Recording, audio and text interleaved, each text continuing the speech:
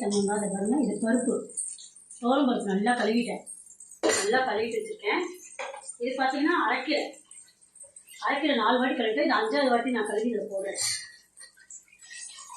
நம்ம வாரத்தில் ஒரு கீரை சாப்பிடணுங்க. அதெல்லாம் உடம்புக்கு நல்லது பார்த்தீங்களா? சரிங்களா? மண்ணு இருக்குள்ள 4 வாட்டி அலசிட்டு இது 5வது வாட்டி அலசிட்டேன். பார்த்தீங்களா? மஞ்சத்தூள்,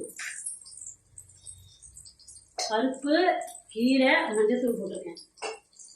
இதில் பார்த்தீங்கன்னா தக்காளி இதில் கொட்டிட்டேன். இதில் பூண்டு, வெங்காயம், இந்த காஞ்ச மிளகா வடை கடைசியாக தாளிச்சு போடணும். அதனால இது இருக்கட்டும், போடக்கூடாது.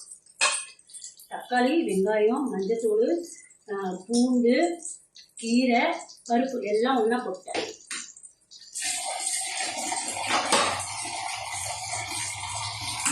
தேவையான அளவு தண்ணி கொஞ்சம் ஊற்றணும்.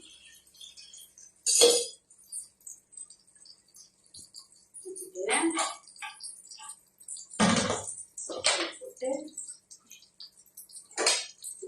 விசில் விட்டா விசில் ஒரு வாட்டி நல்லா கழுவிடணும். ஏன்னா விசில் அடப்புலாம் இருக்கும் இல்லையா? அதெல்லாம் நல்லா கழுவிட்டு அதுக்கப்புறம்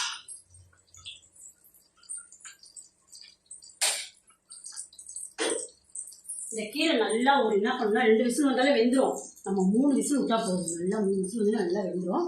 வெந்தவொடனே என்ன பண்ணணும்னா, நான் என்ன பண்ணுவேன்னா, இந்த சட்டி பார்த்தீங்களா, குட்டி சட்டி, இதில் கடுகுலாம் போட மாட்டேன். இந்த பாருங்க, இந்த வடம் இருக்குல்ல, இந்த வடம் காஞ்ச மிளகா எண்ணெய் ஊற்றி நல்லா தாளித்து அந்த கீரையை நல்லா இதில் போட்டு நல்லா கடைஞ்சிட்டு தாளிச்சதை தூக்கி அதில் ஊற்றிட்டு சுடுசோத்தில் ஊற்றி சாப்பிட்டு பாருங்களேன். சூப்பராக இருக்கும்.